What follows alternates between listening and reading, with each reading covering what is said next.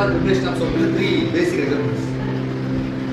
என்ன டீல்ஸ் அப்படின்னா ஃபர்ஸ்ட் வந்து வாட்டர், எவ்வளோ தேவை வாட்டர் எடுத்துக்கிறோம்.